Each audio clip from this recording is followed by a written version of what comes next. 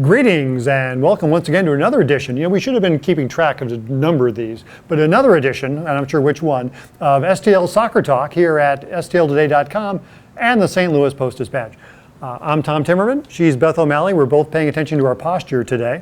And City coming off a loss to Kansas City. But first off, I got to say, having been in Kansas City on Saturday for that game, just the atmosphere on that game was great. As good as, there's been great atmosphere at St. Louis City games, but this was different in that being a road game, the big turnout of City fans who made the trip and were there, it may have ultimately been 20%, 25% City fans, but to have two competing fan bases like that really made for a marvelous atmosphere for that game. Yeah, it's too bad the local fans didn't have more to cheer about during that game. It was a little frustrating to watch on TV.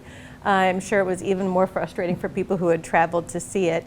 The referee was not calling certain things and did call other things. St. Louis City had a goal come back because Sam Adeniran was ruled to be offside.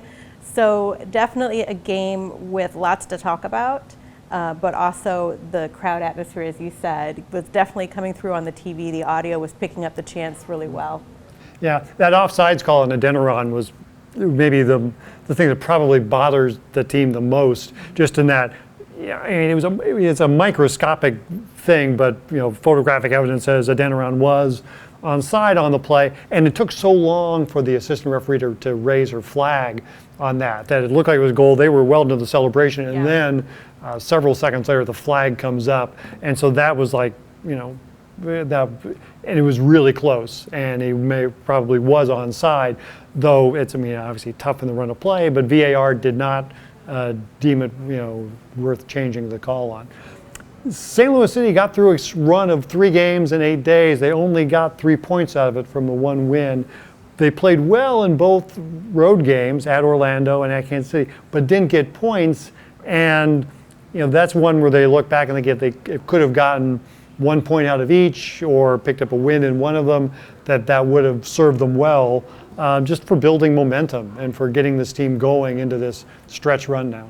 It would have been nice to see the team win another game, and they do need to win a few more games to make the playoffs and secure that spot. But at the same time, they're still in first place. They're still well in first place.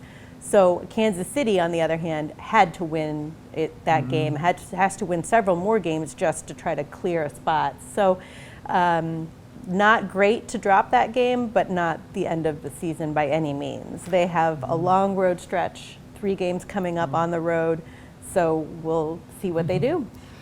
One thing, though, that they have clinched is they will not finish with the worst record in the league.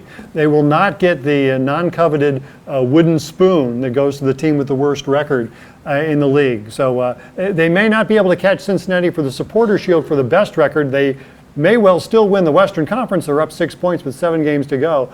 But a lot of people were expecting this team to be the worst team in the league. They are definitively not going to be the worst team in the league. So that's proof right there. Mm-hmm. Proof in the pudding. That's right. Coming up, a trip to the LA Galaxy on Sunday. Meanwhile, the U.S. national team is in town. Be playing Uzbekistan on Saturday at City Park as part of a big run of soccer here in St. Louis, which included the Bronze Boot game last week between St. Louis University and Southern Illinois, won by Southern Illinois Edwardsville. Yeah. A big win for the Cougars there on that one. They are Cougars, right? Did I get that correctly? I believe they are. I honestly don't know. I'm pretty I know sure. that SLU is the Billiken. Yes. But I went there, so I should know that. You should know that. In any case, and always more on the podcast. And this week on the podcast, an interview, we sat down with Josh Yarrow talking about the team and this season and how it's been for him and his charitable work back home for him in Ghana. So lots of interesting things in our talk with Josh.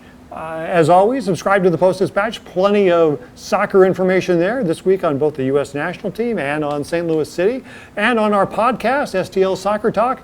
And probably follow me on Twitter and things like that. And there's always kind of soccer things going around. It's not Twitter, it's X. It's X. It's Twitter. They may. It's.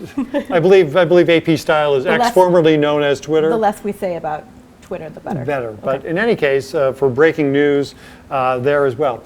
Until next week, and we may stutter and stammer our way all the way through to next week on this. But until next week, for Beth O'Malley, I'm Tom Timmerman. Be seeing you.